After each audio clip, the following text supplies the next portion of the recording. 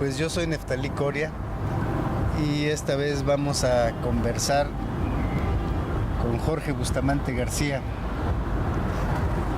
Jorge es poeta, traductor de la lengua de Pushkin y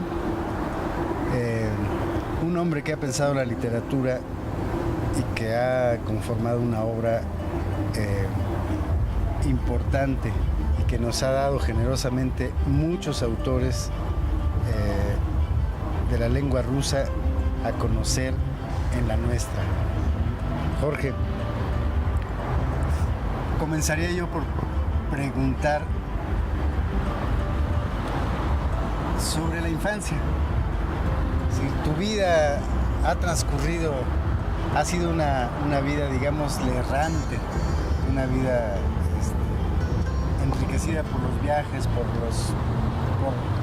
la literatura, por las lenguas, por el azar, ¿no? Sí, yo creo, Neftalí, que la infancia para cada uno de nosotros, para cualquier persona, es algo fundamental, ¿no? Pero en especial para los escritores, yo creo que ahí en la infancia está todo, ¿no? Es decir, si tú eres poeta o novelista, creo que hay muchos elementos en tu infancia que luego rescatas, reinventas para, digamos, a través de un trabajo de la memoria y un trabajo incluso de la memoria involuntaria, que a veces viene esos recuerdos por situaciones muy particulares.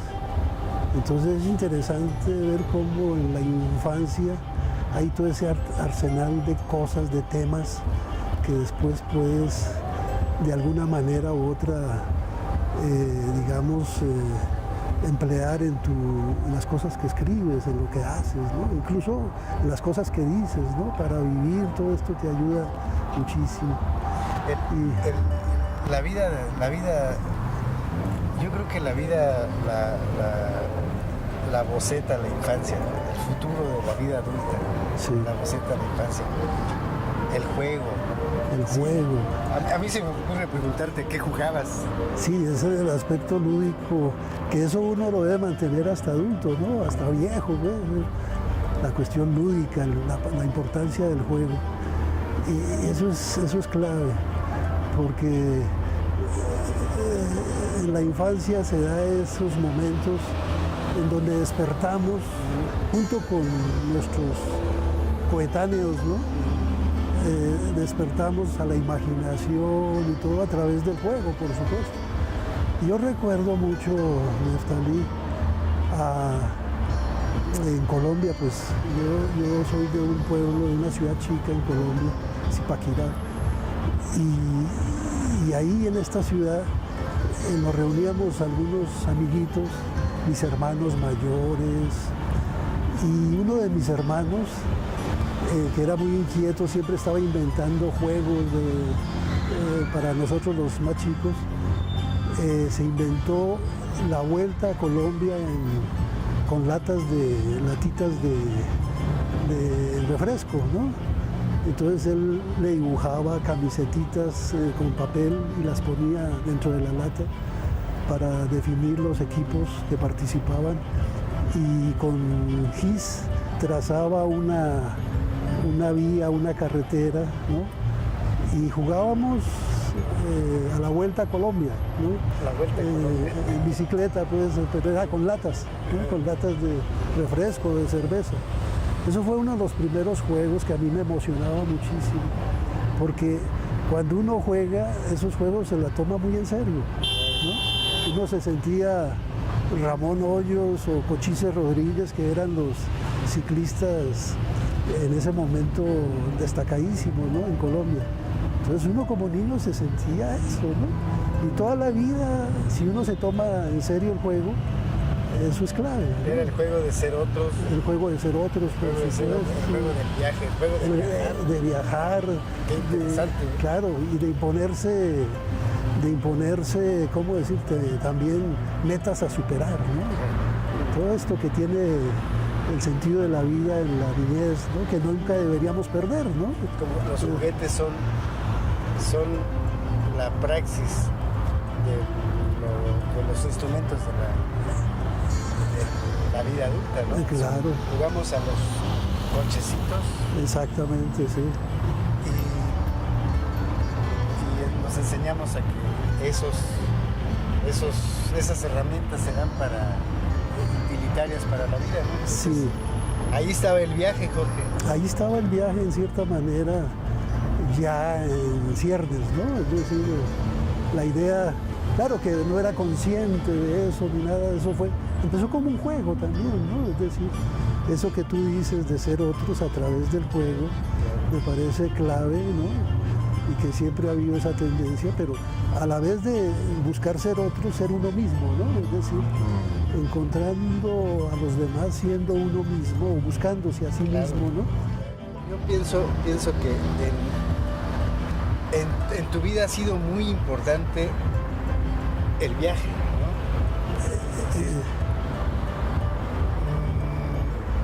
¿Qué pasó que te fuiste a Rusia? De pronto creces, pasas la adolescencia, la juventud, de pronto te vas a lo que fue la Unión Soviética. Sí.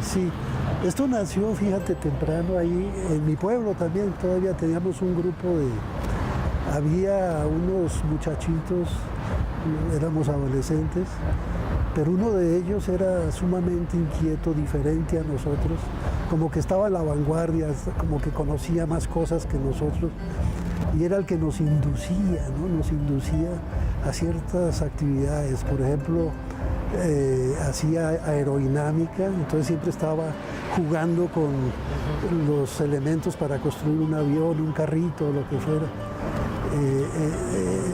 Hacía teatro, entonces hacía con nosotros piecitas de teatro y nosotros empezábamos a actuar en esas piezas que él ideaba y todo, ¿no? Eran de su propia invención. Y entonces desde muy chico él era muy inquieto y también lo empezamos a ver con libros raros, ¿no? Libros raros para esa edad, a los 13, 14 años. No te imaginas, no me vas a creer, pero todavía mi amigo vive allá, él es fotógrafo, es fotógrafo y es profesor, es maestro, entonces es un excelente pedagogo.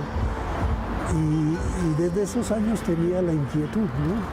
Pero imagínate, a los 13, 14 años, de pronto llegó con un libro que después nos pareció muy denso y todo, que era El sentimiento trágico de la vida de Unamuno. Que él ya lo había leído a los 13, a los 14 años y estaba emocionado con el libro, nos lo dio a leer y todo. Yo te confieso que esa lectura fue la primera que yo hice un libro de ese tipo, ¿no? De ese tipo, no de la literatura que se entiende que es para niños ni esto, o para muy jóvenes, sino para una persona, es decir, para adolescentes, pero ya meterse con el sentimiento trágico de la vida, ya le queda a uno ciertas cosas ahí. Pero es una lectura que yo hice también muy contento porque me descubrió muchas cosas muy temprano, ¿no? Eso es también parte de la adolescencia, ¿no? Y entonces todas estas inquietudes que tenía este muchacho y todo, le gustaba mucho la geografía, tenía enciclopedias, nos gustaba verlo de otros países y todo. Y por eso tal vez eso fue uno de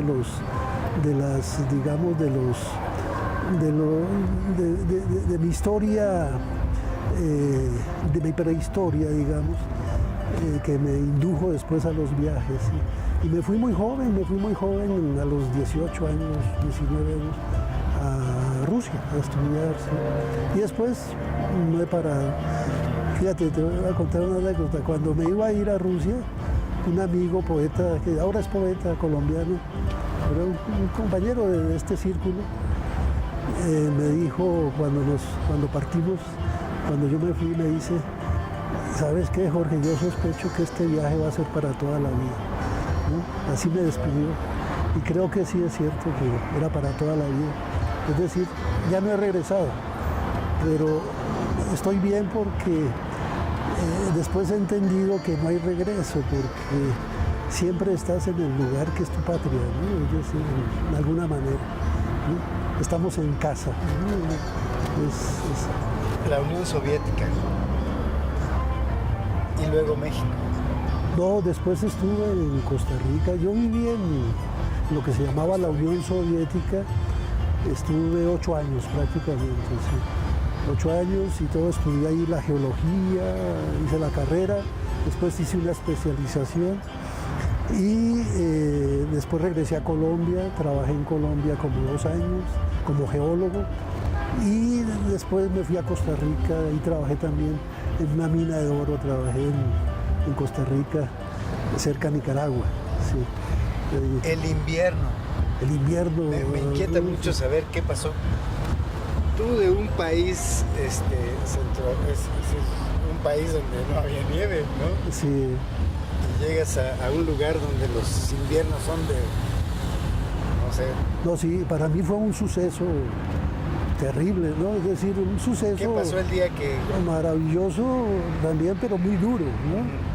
Me encantó la primera nevada y acostumbrarse un poco a poco a esos fríos invernales muy drásticos, ¿no? Pero poco a poco después fui descubriéndole el jugo a este asunto también, que era parte de esa nueva vida, ¿no?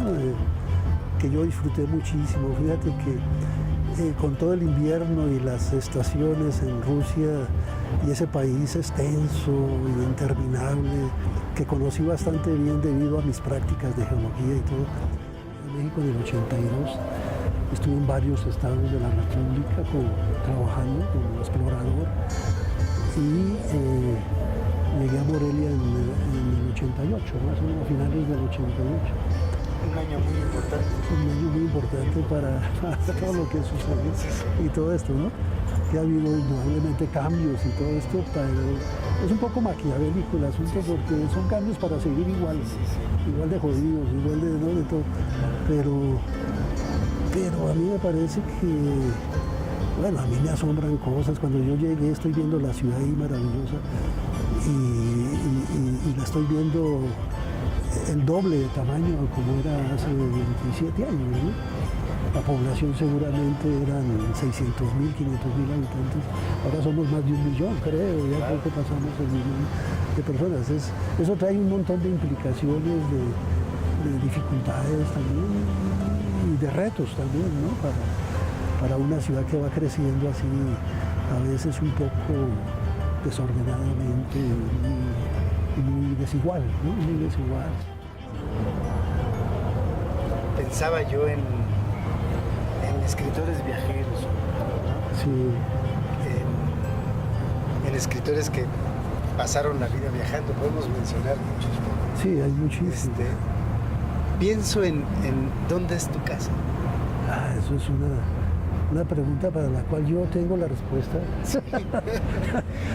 La respuesta desde hace mucho tiempo, porque siempre creí, Neftalí, y tú lo sabes, es decir, que la casa, la patria, todo esto que llamamos patria, todo. Hay un poeta colombiano que dijo que la patria es un hombre, una mujer y la lengua que hablan, ¿no? Esa es la patria, ¿no? Y la casa, pues es también eso, ¿no? Es decir, es el lugar donde tú has amado, has sufrido, te has atormentado, te has inquietado, donde te has enfermado, ¿no? Donde te han faltado cosas también. Esa es tu casa, ¿no? Es decir, hay gente que quiere siempre regresar a casa porque siente nostalgia, sin darse cuenta que la casa está aquí, en este momento, en mi circunstancia.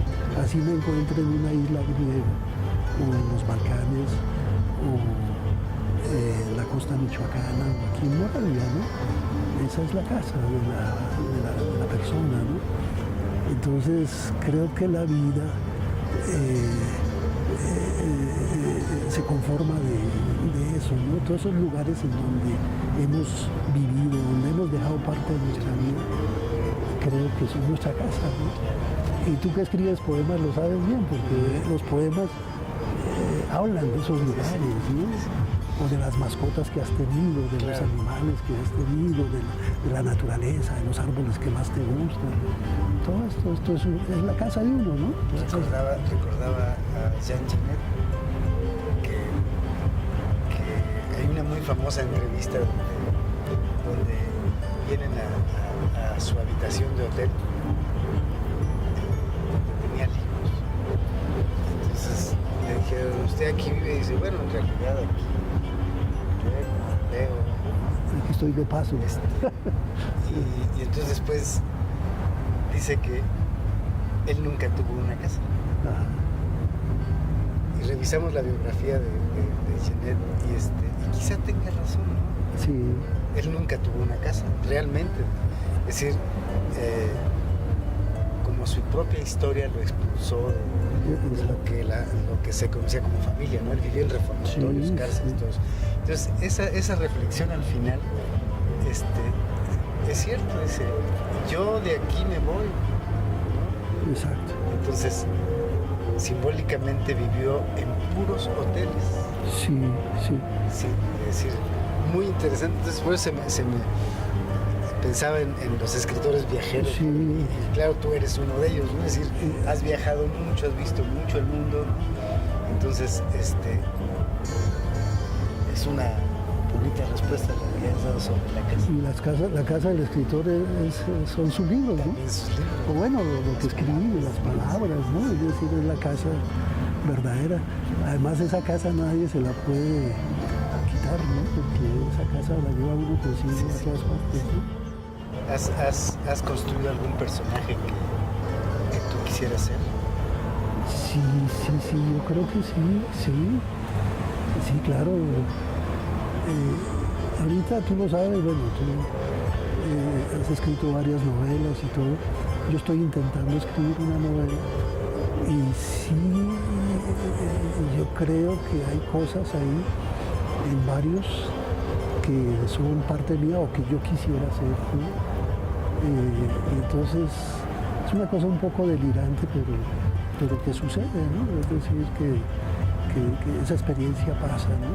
Y que se ve uno reflejado en lo que sucede con estos personajes. Escribir para ser otro, como jugar.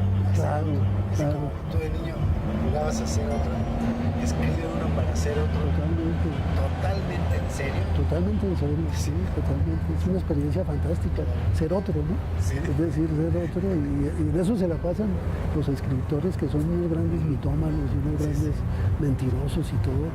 Es decir, el gran Hay un sentido de la libro tuyo palabra. que se llama El canto del mentiroso. El canto es mentiroso, que sí, es poesía, ¿no? Y todo esto. Sí, yo creo que nosotros siempre, o las personas en general, bueno, escribir es una forma vicaria, Álvaro Mutis decía eso, ¿no? Es una forma vicaria de vivir otras vidas. ¿Sí? Escribir es vivir otras vidas también, vidas que uno no... Hay gente que no se ha movido de su lugar durante toda la vida y se la pasó indagando y queriendo ser otro en otro lugar, hay casos de escritores así. Entonces, Muy bien, pues muchas gracias, Jorge. no, a ti, Neftalí, por esta oportunidad de conversar contigo. Muchas gracias.